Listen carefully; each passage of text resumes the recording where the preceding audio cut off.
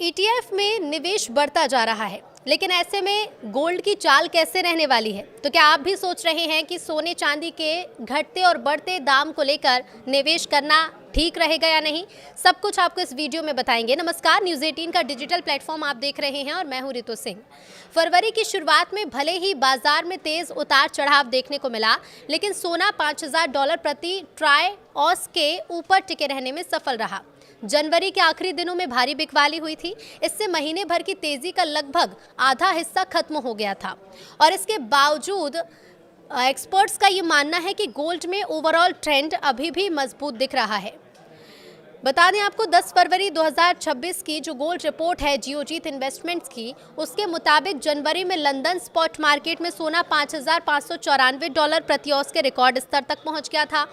बाद में मुनाफा वसूली के चलते कीमतें नीचे आईं, लेकिन LMBA और कॉमेक्स दोनों प्लेटफॉर्म पर दाम $5,000 के ऊपर बने रहे।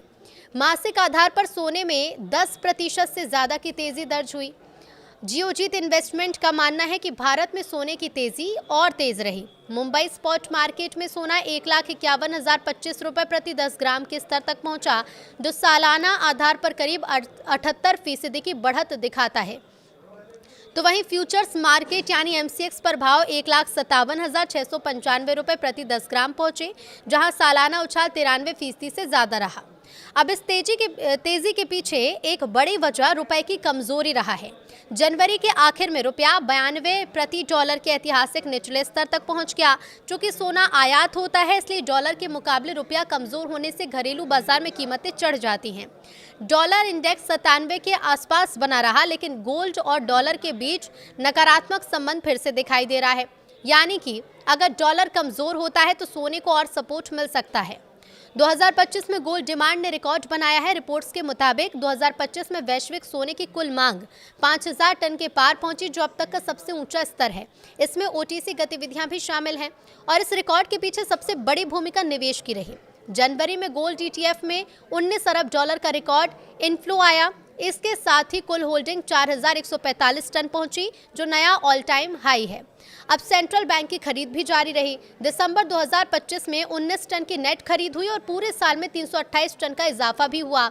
चीन का केंद्रीय बैंक लगातार 15वें महीने सोना खरीदता रहा और जनवरी के अंत तक उसके पास 74.19 मिलियन फाइन ट्रॉय ऑस का भंडार था।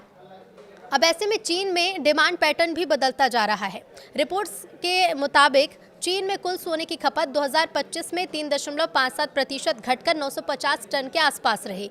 ज्वेलरी की मांग 31% से ज़्यादा गिरी, लेकिन बार और कॉइन की खरीद 35% से ज़्यादा बढ़ गई। इसका मतलब साफ है कि लोग गहनों की जगह निवेश के नज़रिए से सोना खरीद रहे हैं। सुरक्षित विकल्प के तौर पर सोने की मांग बढ़ती जा रही है। अमेरिकी फेडरल रिजर्व ने जनवरी की बैठक में ब्याज दरें 3.50 से 3.75% के दायरे में स्थिर रखी। चेयर जेरोम पॉवेल ने कहा कि अर्थव्यवस्था फिलहाल मजबूत है और महंगाई और रोजगार से जुड़े जोखिम कुछ कम हुए हैं। अब इसका संकेत यह है कि फेड अभी जल्दी में दरों में कटौती नहीं करेगा। साथ ही बाजार में ये चर्चा भी रही है कि अगर भविष्य में नेतृत्व बदला और नीति सख्त हुई तो सोने में शॉर्ट टर्म उतार चढ़ाव बढ़ सकता है। लेकिन ऐसे में इसकी टेक्निकल तस्वीर क्या कहती है? तो रिपोर्ट्स के मुताबिक शॉर्ट टर्म में सोना रेंज बाउंड रह सकता है, लेकिन मीडियम और लॉन्ग टर्म आउटलुक पॉजिटिव है। लंदन स्पॉट में $5,155 का स्तर अहम रेजिस्टेंस है और इसके ऊपर मजबूती से टिकने पर तेजी का नया चरण शुरू हो सकता है। वहीं $4,650 का स्तर मजबूत सपोर्ट माना गया है। MCX में 1,65,000 रुपये के ऊपर टिके रहना जरूरी है ताकि तेजी बनी रहे। अगर कीमतें 1,50,000 रुपये से नीचे चली जाती हैं तो दबाव बढ़ सकता है। अब तकनीकी संकेतकों की बात करें तो MACD में बुलिश संकेत दिख रहे हैं, यानी बाजार का रुख अभी भी पॉजिटिव बना हुआ है। हालांकि RSI ओवरबॉट जोन में है और इसलिए बीच बीच में मुनाफा वसूली देखने को मिल सकती है। लेकिन आगे क्या संकेत रहेंगे? तो जियोजीत इन्वेस्टमेंट का मानना है कि बाजार फिलहाल दो तरह के दबाव में है। एक और तो देखिए, सेंट्रल बैंक की लगातार खरीद और ETF में मजबूत इनफ्लो सोने को सपोर्ट दे रहे हैं।